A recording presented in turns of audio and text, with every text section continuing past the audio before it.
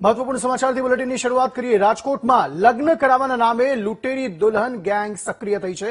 લગ્નના 5મા દિવસે જ દુલ્હન પૈસા લઈને ફરાર થઈ ગઈ।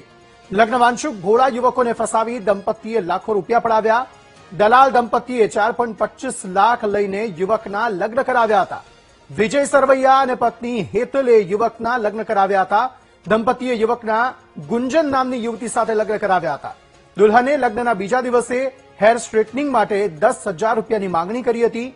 પૈસાથી માંગણીથી કંટાળીને યુવક દુલ્હનને લઈ ગયો હતો દલાલ દંપતી પાસે। દલાલ દંપતીએ દુલ્હનને પોતાની પાસે મૂકી જવા જણાવ્યું હતું। 2 દિવસ બાદ લગ્ન કરનાર યુવકે તપાસ કરતા પરિવાર ગુમ થઈ ગયો હતો। શહેરના કોઠારિયા રોડ પર મચ્છોનગરની આ ઘટના છે। સમગ્ર મામલે આજી ડેમ પોલીસે તપાસ શરૂ કરી છે। સંવાદદાતા ભાવેશ વધુ માહિતી આપી રહ્યા છે। ભાવેશ, શું વધુ અપડેટ જણાવશો? ચોક્કસથી અંકિત, વધુ એક વખત રાજકોટમાં લૂંટેરી દુલ્હનનો જે મામલો છે તે સામે આવ્યો છે। સમગ્ર મામલે આજીડેમ પોલીસ મથકમાં ફરિયાદ છે તો નોંધાઈ છે।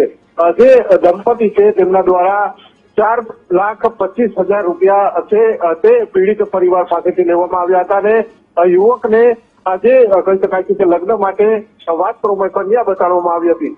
જોકે આ સમગ્ર મામલે ક્યાંક ને ક્યાંક કન્યા દ્વારા લગ્ન બાદ પૈસાની માંગણી કરવામાં આવતા આખો મામલો છે તે સામે આવ્યો હતો।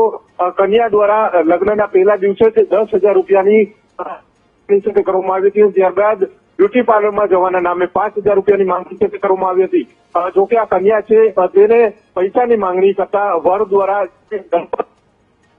આપ્યા હતા, તેમની પાસે ગયા હતા અને ત્યારબાદ આખી જે આ વાત છે તે કહી હતી। જોકે આ સમગ્ર મામલે ક્યાંક ને ક્યાંક જે યુવક છે તેમને છેતરાયા હોવાની જે જાણ થતા તેમના દ્વારા આજીડેમ પોલીસ મથકમાં ગુનો છે તે નોંધાવવામાં આવ્યો છે અને સમગ્ર મામલે આજે દુલ્હન છે જે પૈસા લઈને ફરાર થઈ ચૂકી છે તેમની પણ ક્યાંક પૂછપરછ છે તે કરવામાં આવી રહી છે। જી, આભાર સમગ્ર માહિતી આપવા માટે।